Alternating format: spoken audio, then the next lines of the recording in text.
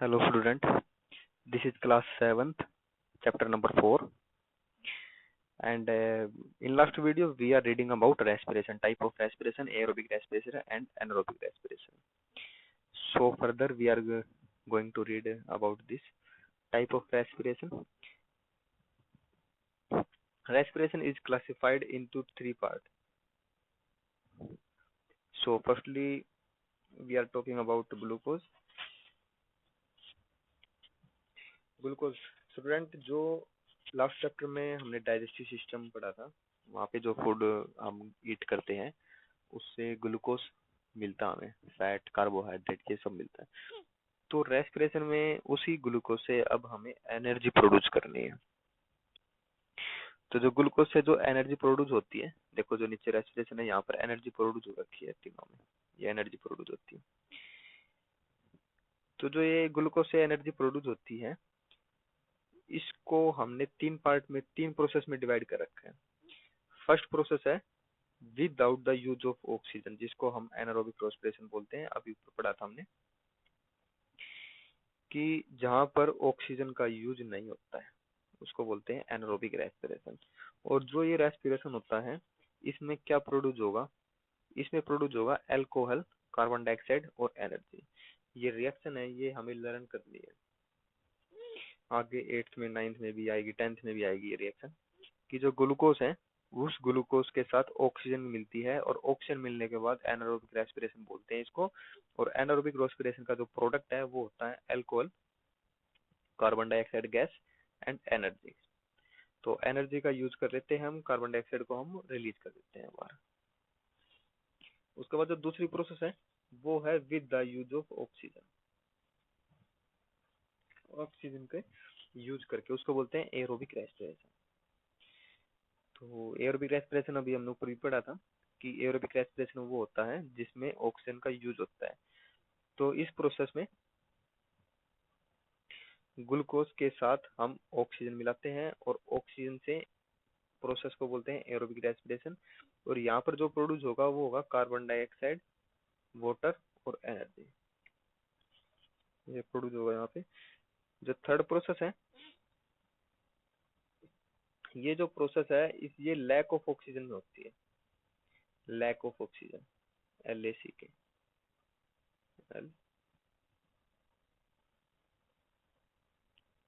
Lack of oxygen में होती है प्रोसेस।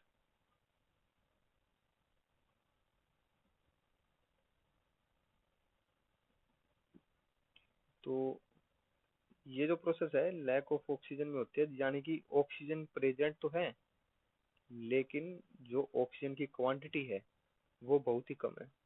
अब जो ये प्रोसेस है जो लैक ऑफ ऑक्सीजन में होगी, ऑक्सीजन की कमी में होगी, इसमें जो प्रोडक्ट होता है वो होता है लैक्टिक एसिड और एनर्जी, ये इसके प्रोडक्ट है।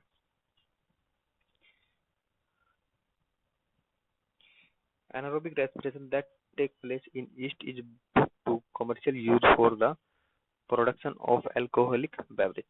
देखो जो एनारोबिक रेस्पिरेशन, ये वाली, इस वाली रेस्पिरेशन के बारे में बात कर रहा है जो विदाउट ऑक्सीजन होता है, जिसमें ऑक्सीजन का यूज नहीं होता है। तो ये जो रेस्पिरेशन होता है ये कमर्शियल यूज पे की जाती है, ईस्ट में होती है, ये हमें याद रखना है कि ईस्ट में होती है। और प्रोसेस का नाम होता है फर्मेंटेशन। फर्मेंटेशन प्रोसेस होती है जहाँ पर ईस्ट का यूज किया जाता है, वहाँ पे एनारोबिक रेस्पिरेशन होता है। और ये कमर्शियल यूज में अल्कोहल को प्रोड्यूस करने के लिए, अल्कोहलिक बेवरेज को प्रोड्यूस करने के लिए इस रिएक्शन का यूज होता है। उसके बाद कह रहा है कि ये जो प्रोसेस होती है ये ब्रेड बनाने के लिए, फर्मेंटेशन के लिए, इडली डोसा बनाने के लिए भी यूज की जाती है। और प्रोसेस का नाम मैंने आपको बताया था, फर्मेंटेशन इस प्रोसेस का नाम होता है। उसके बाद है another type of anaerobic respiration take place in human muscle cell when enough oxygen is not available. कह रहे हैं कि एक एनारोबिक रेस्पिरेशन वो भी होती है, ये तीसरी एनारोबिक रेस्पिरेशन है ये वाली, जहाँ पे ऑक्सीजन प्रेजेंट तो है लेकिन कम है। तो कह रहा है कि ये एनारोबिक रेस्पिरेशन जब होती है जब ह्यूमन की, जो मनुष्य की मांसपेशियां है वहां पर इनफ ऑक्सीजन नहीं होती है, enough oxygen is not available, काफी सारी ऑक्सीजन होती है, लैक ऑफ ऑक्सीजन, कम होती है ऑक्सीजन, वहां पर होती है process. Why do we get muscles cramp after heavy physical exercise? बोल रहा है कि जब हम हैवी फिजिकल एक्सरसाइज, कोई बहुत ही ज्यादा एक्सरसाइज करते हैं तो जो हमारी मांसपेशियां है कई बार उनमें पेन होने लगता है। वो मसल्स क्रैम्प होता है वो क्यों होता है, ये पूछ रहा है। Human muscles can respire anaerobically, कह रहा है कि जो मनुष्य है, मनुष्य के क्या करता है, एरोबिक रेस्पिरेशन करता है। एरोबिक रेस्पिरेशन जिसमें ऑक्सीजन की आवश्यकता होती है, लेकिन कई बार क्या होता है, ऑक्सीजन पहुंच नहीं पाती है सेल्स तक, क्योंकि जितनी ऑक्सीजन हम ब्रेथ का इन करते हैं, जितनी ऑक्सीजन हमारे अंदर जाती है, उस ऑक्सीजन का यूज होने के बाद ऑक्सीजन बचती नहीं है बॉडी में, रिक्वायरमेंट ज्यादा होती है बॉडी की। तो उस कंडीशन में ह्यूमन एनारोबिक रेस्पिरेशन करता है, जो लैक ऑफ ऑक्सीजन को होते हैं, ये वाला जो थर्ड टाइप था, lack of oxygen. Unfortunately lactic acid is produce during this process. तो ऐसी जो प्रोसेस होती है इसमें लैक्टिक एसिड प्रोड्यूस होता है, ये देखो, ये जो तीसरी प्रोसेस है इसमें लैक्टिक एसिड प्रोड्यूस होता है यहाँ पे, and accumulate in the muscles, और जो लैक्टिक एसिड प्रोड्यूस होता है वो मसल्स के अंदर इकट्ठा हो जाता है। So the muscles can not continue working and get fatigue after some time causing muscles spasm. अब कह रहे हैं जो लैक्टिक एसिड इकट्ठा हो जाता है उससे कि जो हमारी मांसपेशियां हैं वे फैटिग्यू हो जाएगी, और फैटिग्यू होने के बाद जो मसल्स क्रैम्प आएगा, मसल क्रैम्प आ जाता है उसके बाद, और जब मसल्स क्रैम्प आता है तो फिर वहां पे पेन होता है। anaerobic respiration in human is less efficient than aerobic respiration for releasing energy। अब देखो इस पॉइंट लाइन में क्या बता रहा है, कह रहा है कि जो एरोबिक रेस्पिरेशन होती है, एरोबिक रेस्पिरेशन है उसमें एनर्जी ज्यादा प्रोड्यूस होती है, और एनारोबिक रेस्पिरेशन में एनर्जी कम प्रोड्यूस होती है, ये बता रहा है इस लाइन में। This explain why human can run faster in a sprint short distance race than over longer distance. कह रहे हैं कि यही कारण होता है कि मनुष्य अगर छोटी डिस्टेंस तक, कम दूरी तक भागता है तो आसानी से भाग सकता है, लेकिन अगर लंबी डिस्टेंस तक उसको भागने के लिए बोला जाए तो जल्दी थक जाएगा, उसकी सांसें जल्दी चलने लगेगी, वो लॉन्ग डिस्टेंस तक नहीं भाग सकता। When an athlete stops after a sprint, he has to breathe faster and deeper for some time before becoming normal। बोल रहा है कि जब कोई एथलीट होता है वो स्प्रिंट करता है, स्प्रिंट का मतलब कि बहुत तेज भागना, बहुत तेज भागता है, तो उसकी जो सांस होती है वो फास्ट चलने लगती है, ब्रीथ फास्टर, फास्टर ब्रीथ करेगा वो, और डीपर करता है, लंबी लंबी सांस लेता है अब नॉर्मल होने के लिए, फिर वो दोबारा। This is taken in extra oxygen in order to break down the accumulated lactic acid on top of the normal breakdown in sugar in aerobic respiration।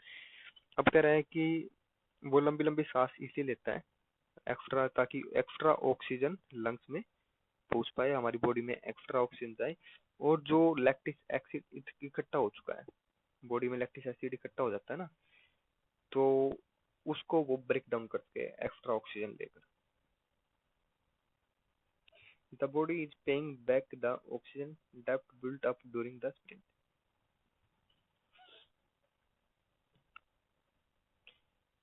Sprint के दौरान ऑक्सीजन को हम ज्यादा क्वांटिटी में लेते हैं।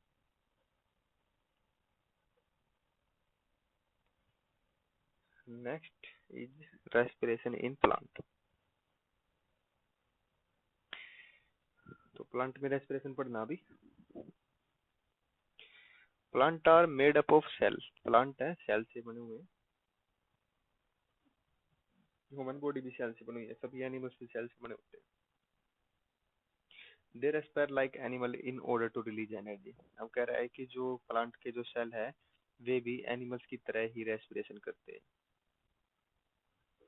Even they have circular respiration, cellular respiration. कह रहा है कि जो जैसे कि एनिमल में सेल के अंदर रेस्पिरेशन होता है, वैसे ही प्लांट के अंदर भी सेल के अंदर रेस्पिरेशन होता है।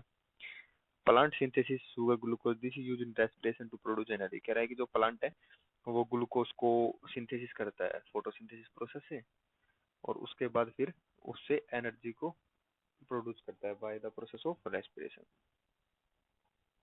The glucose molecule break down in the presence of oxygen to release energy in stepwise reaction। अब कह रहा है कि जो ग्लूकोज मोलिक्यूल है प्रेजेंट है प्लांट के अंदर, वो ब्रेक डाउन होगा, टूटेगा, और टूटने के बाद ऑक्सीजन की प्रेजेंट में टूटता है, और टूटने के बाद वहां से एनर्जी रिलीज होती है। The net result of cellular respiration is that carbon dioxide and water are formed during the process of accumulation by the release of energy। अब कह रहा है कि जो ये प्रोसेस होती है इसमें क्या होता है, प्रोसेस के अंदर, प्रोसेस का नाम है सेलुलर रेस्पिरेशन। इस प्रोसेस के अंदर जो ग्लूकोज प्रेजेंट है उस ग्लूकोज का रेस्पिरेशन होता है, और रेस्पिरेशन होने के बाद वहां से कार्बन डाइऑक्साइड रिलीज होगी और वाटर रिलीज होता है, साथ में एनर्जी भी रिलीज होती है। The process can be represent as by flow.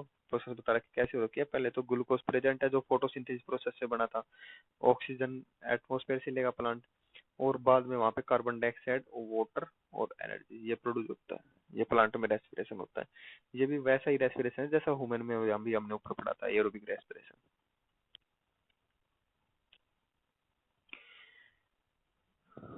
ठीक है, आगे आइए। We know that plant do not have any specific organ for breathing। कह रहा है कि हम जानते हैं कि प्लांट के पास कोई स्पेसिफिक ऑर्गन नहीं होता है।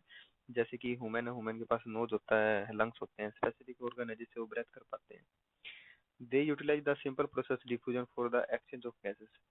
तो कह रहा है कि उनके पास वे एक सिंपल प्रोसेस करते हैं, एक साधारण प्रक्रिया है जिससे कि वे गैस का एक्सचेंज करते हैं। प्लांट के अंदर से एनवायरनमेंट में गैस जाना और एनवायरनमेंट से प्लांट के अंदर गैस का इनहेल होना, that is oxygen and carbon dioxide। It is done with the help of small opening on the surface of leaves। This opening is called stomata। Stomata की बात कर रहा है कि प्लांट का जो ये प्लांट्स है, और प्लांट का जो सरफेस है उस सरफेस में स्टोमेटा टिनी होल्स प्रेजेंट होते हैं। इन होल्स में से गैसेस का एक्सचेंज होता है, ये लीव्स पर होती है।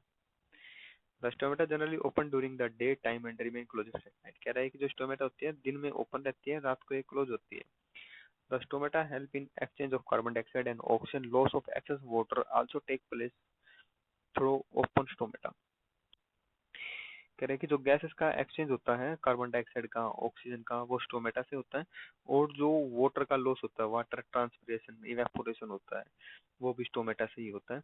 और जो प्रोसेस है वाटर का इवेपोरेशन होना, उस प्रोसेस को बोलते हैं transpiration. A comparison of gases release in plant at different time of the day.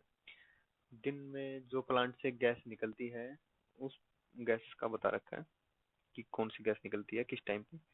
Condition dark, जब डार्क कंडीशन होगी, जैसे कि प्लांट नाइट में रेस्पिरेशन होगा तो ऑक्सीजन टेक करेंगे, रेस्पिरेशन होता है तो ऑक्सीजन वो लेता है प्लांट। लेकिन रात में डार्क है तो फोटोसिंथेसिस प्रोसेस नहीं होगी, तो फोटोसिंथेसिस प्रोसेस नहीं होगी तो कार्बन डाइऑक्साइड बाहर निकालता हूँ, क्योंकि ऑक्सीजन लेगा तो कार्बन डाइऑक्साइड बाहर निकालेगा। डिम लाइट का मतलब है कि अच्छी तरह से सन नहीं है और अच्छी तरह से रात भी नहीं है, तो उसमें कह रहा है कि जो फोटोसिंथेसिस है वो उसकी जो रेट होती है वो रेस्पिरेशन के बराबर होती है। तो ऐसी कंडीशन में प्लांट को neither gas is taken in और given out as each cancel the other out. कह रहा है कि कोई भी गैस प्लांट नहीं लेता है डिम लाइट में, प्लांट नहीं लेता है कोई भी गैस। क्यों नहीं लेगा? क्योंकि फोटोसिंथेसिस प्रोसेस करेगा तो फोटोसिंथेसिस प्रोसेस से वो ऑक्सीजन को बाहर निकालेगा, और जो ऑक्सीजन प्लांट से बाहर निकलेगी उसी ऑक्सीजन का यूज प्लांट रेस्पिरेशन के लिए कर लेगा। रेस्पिरेशन करने के बाद वहां से कार्बन डाइऑक्साइड निकालेगा और वही कार्बन डाइऑक्साइड फोटोसिंथेसिस में यूज हो जाएगी।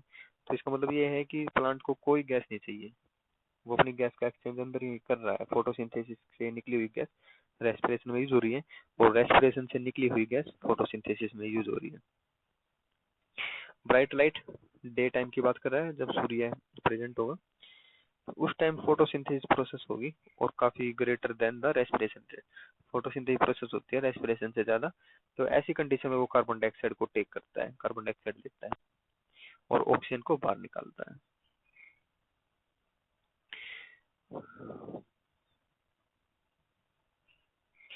Besides stomata, some part of the plant like woody branch that are made of dead cell on the surface have pore known as lenticles। कह रहा है कि स्टोमेटा जो भी हमने ऊपर पढ़ा था, पत्ते पर लीफ पर जो होल होता है उसी तरह लेंटिकल्स होते हैं, लेकिन ये कुछ डेड सेल होती है प्लांट की, जैसे बक्कल होता है प्लांट का, वहां पर होल होते हैं, उनको बोलते हैं लेंटिकल्स। ये जो लेंटिकल्स होते हैं ये भी गैसेस का एक्सचेंज करने में हेल्प करते हैं। The cell in the root also need oxygen to survive. कह रहा है कि जो रूट होती है, जड़, वहां पर जो सेल होती है उसको भी ऑक्सीजन चाहिए ताकि वो जीवित रह सके। They take in air from the air space present between the soil particle। A plant die if over water। कह रहा है कि जो रूट होती है तो रूट तो मिट्टी के अंदर है, तो मिट्टी के अंदर जो एयर प्रेजेंट है, मिट्टी के अंदर जो एयर प्रेजेंट है, एयर, मिट्टी के अंदर कुछ स्पेस होता है, वहां पर जो एयर प्रेजेंट है उस एयर का यूज कर लेती है वे रूट। अगर प्लांट को हम ज्यादा पानी देते हैं और वाटर करते हैं तो प्लांट किल हो जाता है, मर जाता है। This happen because air space of the soil get occupied by water and so the plant root are not able to respire. वो क्यों मर गया प्लांट, जब हमने किसी प्लांट को ज्यादा पानी दे दिया, वो इसलिए किल हो गया, इसलिए डेड हो गया वो, क्योंकि जो एयर स्पेस था मिट्टी के अंदर, उस एयर स्पेस में अब वाटर फिल हो गया। वाटर फिल हो गया तो वहां पे ऑक्सीजन प्रेजेंट नहीं रही। अब ऑक्सीजन नहीं है सोयल के अंदर, मिट्टी के अंदर, तो रूट ऑक्सीजन कहाँ से लेगा, इसलिए वो डेड डेड हो जाता है। उसके बाद अगला टॉपिक है रेस्पिरेशन इन एनिमल्स। ये हम नेक्स्ट वीडियो में रीड आउट करेंगे। थैंक